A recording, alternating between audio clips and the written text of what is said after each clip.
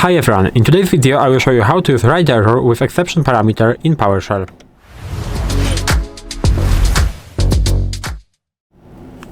So, as I said, in this video you will learn how to use the write error with the exception parameter in PowerShell. This is useful when you want to generate structured typed errors, for example, without directly throwing an exception. So I will show you how you can use it in this video. So let's start with the very basic function, when I will just test the write error, and I will show you what is this. So we'll create a non-terminating error by default. Because we will not create, because PowerShell creates the non-terminating error by default. So I will show you how does it work. So function, and now test, and now basic error like this. And we'll use this write error that I talked about in the beginning of the video, and we will print something. So for example, something went wrong, like this.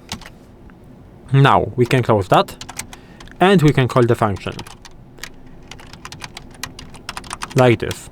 As you can see, with using this write error, we are getting the error of course, and we can print this something went wrong right here. So this is what we are doing. Now we will use the exception parameters. So we will use the structured error. This is useful because it attaches a real .NET exception, and it gives a structured error object.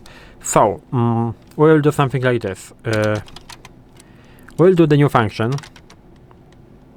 like this, with the text, now exception,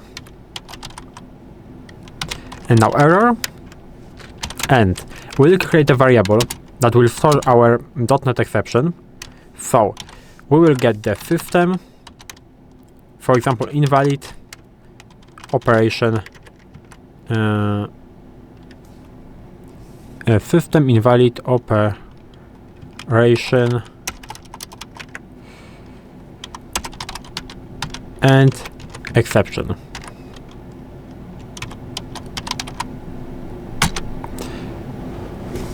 But I have a mistake right there, so invalid. Now operation and exception, it is fine. And now we have to do the new, so new, and inside of parentheses we have to type in the error. So for example, invalid operation happened, like this. Now we can use this write error. We have to use this write error that I talked about.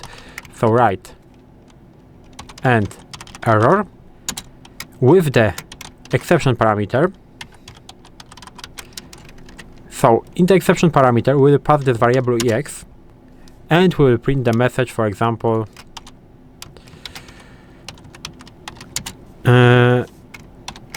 operation and failed.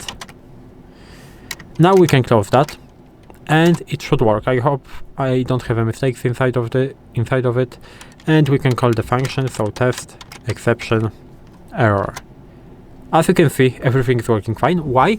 Because right there I am getting this text exception error operation failed, and I have this invalid operation exception right there. So this is the of how we can do it.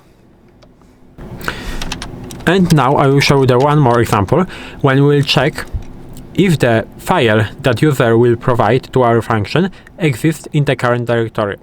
If it is, if it's not, we'll print the error with the write error. So we're not gonna use the try catch block in that case. So we will do something like this. So function, and now test typed, and now error, like this. We have to open the braces. We have to pass the parameter, because I said we have to we will get the file name, for example, from the user. So I will strongly type the string, and I will create the path variable. And now we have to do the condition. So if not, for example, now test and path and our variable, what we are doing, we are creating again this ex variable, and now we have to pass the .not exception, which in that case will be ItemNotFoundException, I think.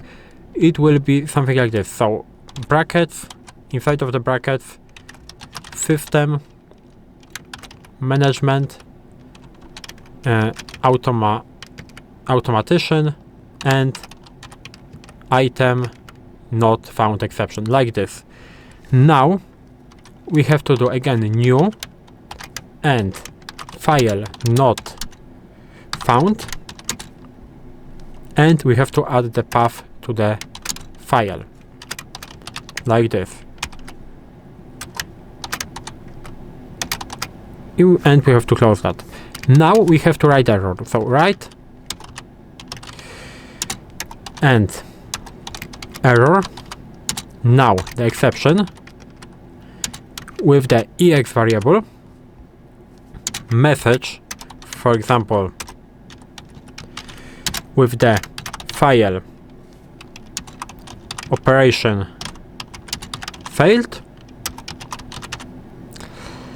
and the error action stop, like this. Now we can close this if, and in the other case, if the file exists, we will just print file exists, like this. We can close that, we can close the function, and it should be fine. So let's try. Let's call this function. First of all, I have in this folder the file.txt, so let's call it with the file.txt. So it should be fine with the file.txt because we actually have it in our folder. So as you can see, this file exists. But let's try to do file that don't exist. So for example, missing file.txt. As you can see, what we are getting an error. Why? Because file operation failed in that case. So everything is working fine. We have ItemNotFoundException. We have this test typed error path missing file.txt. So this is how you can use write error with the exception or with the exception parameter in PowerShell. And that's all.